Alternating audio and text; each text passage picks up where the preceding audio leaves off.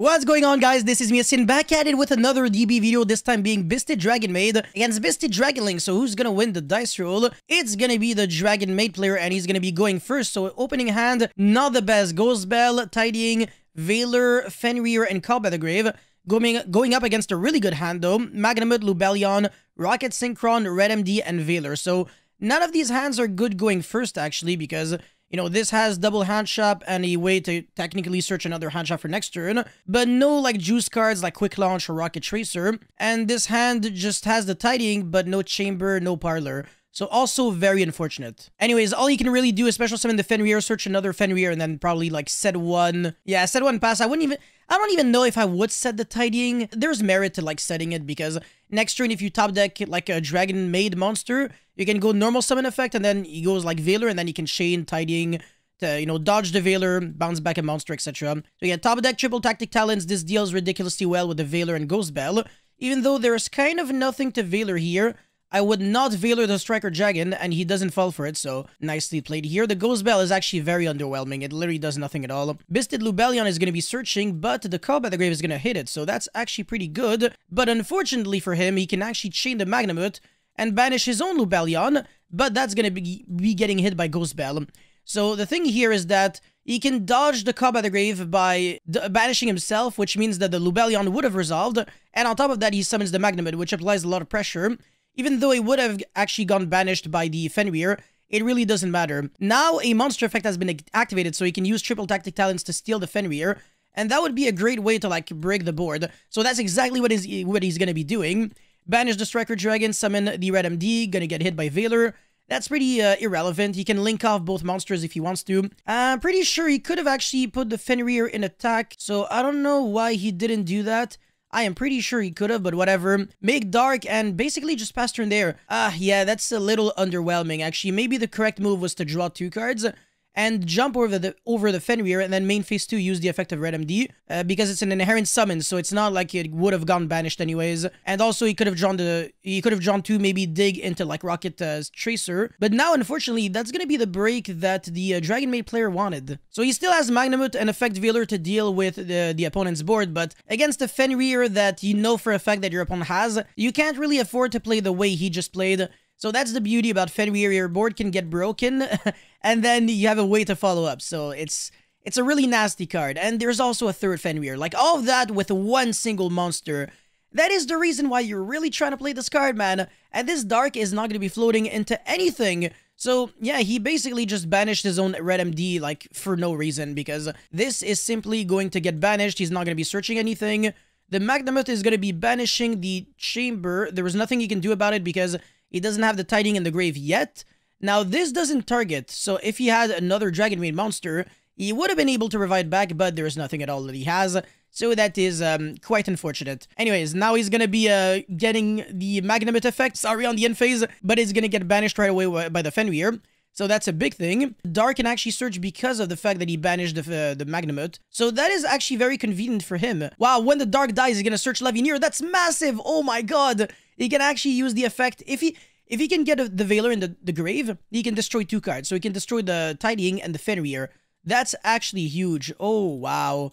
Okay, and during the end phase, he's gonna search Lubellion. Man, that is a lot of free real estate that he's gotten just off of pretty much nothing, actually. He had like a Dark on the field, a Magnamut in hand, that's it. He didn't even have to use the Veiler. Not bad, not bad, not bad. There's also a world in which he could have Veilered the Fenrir.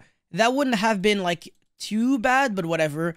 And there was really no Dark that, yeah, alright, well, whatever. So now he's gonna go Lubellion effect to search probably for another Magnamut. That would make sense, the card is just that good. Obviously, it's gonna be no shit. And then the Magnamut is gonna summon itself, banishing most likely a Dark because I'd probably banish the Dark at this point. Yeah, that probably seems like the most logical one. Oh no, sorry.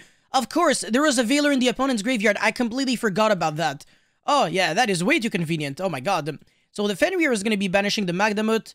A little unfortunate that he couldn't go like Levineer right away to like destroy 2 and then play from there, but whatever, it's fine. He can still do some stuff. So yeah, the Levineer is going to shuffle back the Fenrir into the deck.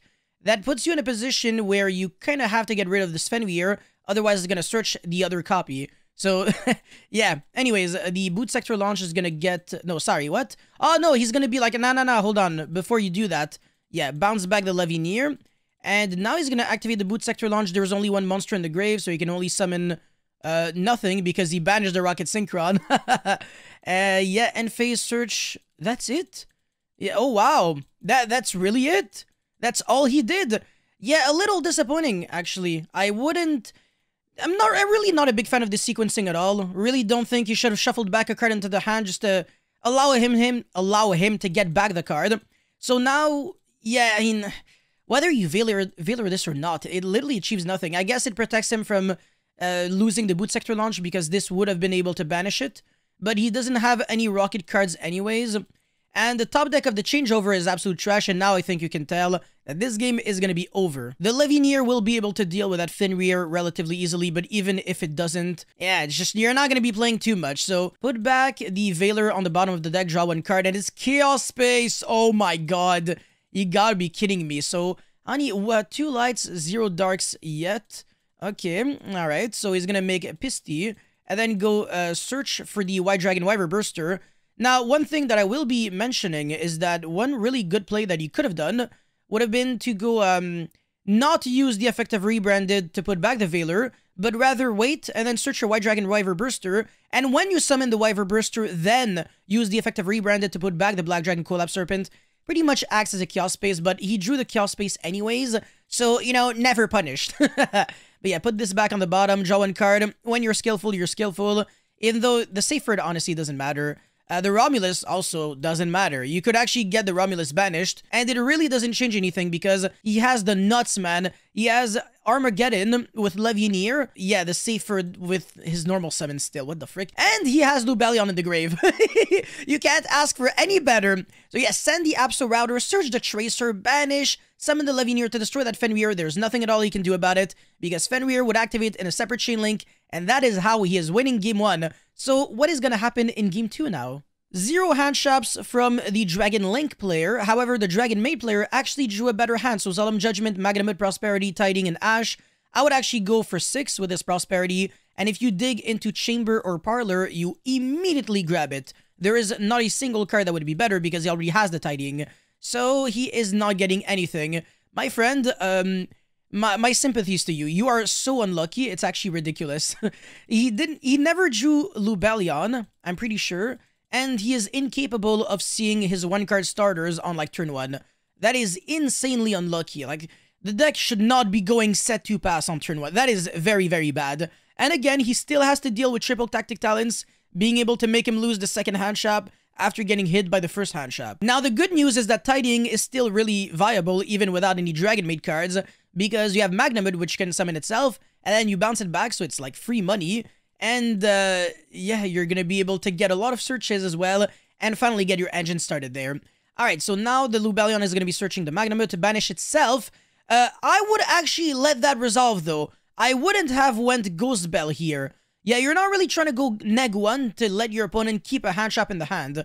And also, banishing your own Lubellion is a proof that you don't have much to play with. So, I don't know if I would have done that. I also don't know if I would have Solemn Judgment that. What was the effect? Look at the hand. Do you really think a Solemn Judgment is better than an Ash? I don't think so. No, yeah, I don't know, man. Not a big fan of this. And then Ash the quick launch, but then if he has like Rocket Tracer or another quick launch, he wins. And that's kind of what ends up happening, although he still has double interruption. So he has DD Crow in the form of Magnamud, which is also an engine starter, as well as the Tiding, which is ridiculously broken. Like, you're gonna bounce back your own hand shop to the hand and do everything you want. Does this card target? I'm pretty sure it does not target. Yeah, it doesn't target because it also summons from the hand. That is very convenient. So he's gonna be able to banish one of them, but again, it really changes nothing. So yeah, banish the Rocket Tracer, which means that he can summon the Magnamud from hand. Go Change of Heart, but that is not gonna resolve because he can go bounce, and this is hard once per turn. So attack for 25, and I'm pretty sure he's just gonna pass turn there. Yeah, and face search Druid Worm, that's it, that's all. So yeah, he's also gonna search the Druid Worm. And the top deck, the rebranded. Okay, so is there something I really have to mention here? He has to play around a Byssted monster, and a great way to do that is by banishing whichever monster your opponent's trying to target with your own Byssted monster. Now, if he has no monsters on the field, the Byssted monsters from the opponent are not quick effects. However, for him, there are quick effects, so he has a little bit more control, and on top of that, he doesn't have any light or darks in the grave, whereas he has one, only one. So he can summon one Byssted monster and then draw one card off of the rebranded, and that could really help him out a lot. So yeah, banish the Lubellion, and that is going to not... Yeah, he can't do that. Yeah, it's not a quick effect at the moment. So yeah, rebranded, put back the Lubellion, draw one card. It's tidying, which is, again, not too bad. Crash the Magnamut, search the Saronir. That is also a pretty nice move, so now he doesn't have any monsters on the field. So the Byssted monsters are not quick effects, but rather slow effects. Now, he actually passes turn right away. That is very, very interesting. And I suppose a good reason for that is because he knows that he can defend himself with his own Byssted monster. So a Byssted mirror match is actually so unique because of that interaction. So he's going to be banishing himself, summon the Saronir, and then again, rebranded, put back the card, draw one card. This is free real estate. If, by the way, if he summons a Byssted monster, sorry, any monster, he can revive back any Byssted monster from his grave. So the rebranded is huge here. Absolutely huge. Now he's going to go attack for 25. He can revive back his own Druid Worm. And, ooh, that is very interesting. So banish the Druid Worm, summon the Red MD, and that is going to prompt the tidying. And now he could have summoned the Magnamut, but again... Actually, no. Sorry, there is nothing in the grave. Oh, wow. That is nuts. Alright, search Hospitality. Probably gonna go for change... Oh, no. I would have went for changeover here. So you have a negate. You can deal with the Magnamut, and then you can go Hospitality, revive back, do whatever you want. But he doesn't do that. And also, on top of that, he has the freaking tidying in the grave. Oh, my God. Oh, that is one way to dodge the Byssted monsters as well. He goes, like, banish your chamber when you use Hospitality, chain tidying, so your Byssted monster literally just fizzles. Alright, anyways, he's gonna be able to put back the chamber in the bottom of the deck, draw one card, draw Solemn Judgment, that is ridiculously good. Change over, summon the Borreload Fierce Dragon, attack the Chaos Hunter. He can't banish cards now, but it doesn't really matter too much, because he simply jumped over the Chaos Hunter. Top deck the Mind Control, which is useless, because he's just gonna chain, destroy. Byssted Lubellion is gonna be searching for the Druid Worm, which, again, really doesn't do too much, because he has two Byssted monsters in the grave. So rebranded, revive back the Magnamut, and then he's gonna be banishing the Lubellion in order to get back that is too much. Yeah, Solemn Judgment on the Red MD, and the game is over. That was actually a really good game, even though he opened a very subpar game on hand. So, huge shoutouts to the Dragonmaid player. Now, you can't get unlucky 3 games in a row, right? He finally draws the nuts. Fenrir, Chamber, Ash, Veiler, evenly. It doesn't really get any better than that. However, he still has to deal with triple Tactic Talents. This card being very good, man. Huge MVP. And his hand is a little unfair. So, Absol Quick Launch, Saronir, Chaos Space, and Triple Tactic Talents. He's going to go Chaos Space, pitch the Absol which is going to get ashed. Kind of incorrect because this deck is known to play Gamma. So I wouldn't have ashed the Chaos Space, especially since you know that your opponent can actually search a Rocket Tracer with the Absol. So that, or Rocket Synchron, which is even worse actually, because this is an immediate level 8 Synchro. Now he's going to go Triple Tactic Talents to look at the hand and make him lose the Veiler. So now all he really has to do is end on an Omni Negate to negate that evenly matched and find a way to deal with the Fenrir and Chamber. And he wins the games because he already has the knowledge of the hand and he even noted it in the chat. So yeah, Chamber, evenly Fenrir. I was actually spectating that game in like real time. I was like, if you have to deal with Chamber, evenly Fenrir, how, like, what's going to be your end board? Because it doesn't have a Chaos Ruler anymore, so the end boards are way weaker. However, there is still a good Omni Negate that you can make, and that is Baron de Fleur, because, of course, the Byssted monsters are level 6, and Rocket Tracer is level 4. That is fantastic. So yeah, the Saronir is going to be Foolishing for Lubellion, of course, obviously, again. Revive back the Absol and then send the Absol to summon back the Lubellion, send the Branded Beast, and here we are going to be assisting a pretty big misplay, I want to say. He is going to be going into... yeah, he shouldn't have Link summoned, actually. He's going to go into Quad Boreal Dragon, discard the Chaos Emperor, which is not the best move, revive back 2 monsters, all that just to make a Borreload Savage Dragon. And also, he shouldn't have destroyed the field spell, but rather the Rocket Synchron, because the Rocket Synchron is not achieving anything. So I am really not a big fan of that, because he transferred an interruption for another.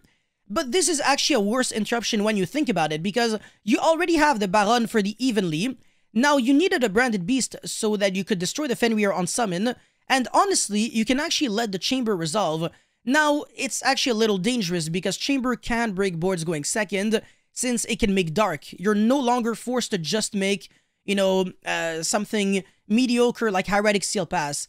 Now, the Lightning Storm on attack position monsters is ridiculously insane because that is a top deck, and we know that since he went triple tactic talents to look at the hand. So that baits the negate from Borreload Savage, and the negate from Baron is going to be on the Evenly. The Fenrir will have to resolve, and that searches another Fenrir. However, it is unfortunate that he had to waste the battle phase for that. I would have went Lightning Storm and then Special Summon Fenrir, use the effect, he has the Baron, and then Evenly banish everything. And the reason why he has the Baron is because if he doesn't, then you search Fenrir, you go battle phase, attack, use the effect, banish the Baron. If he doesn't negate, then whatever, you just crash on the Savage, and then you're still on the end of battle phase evenly.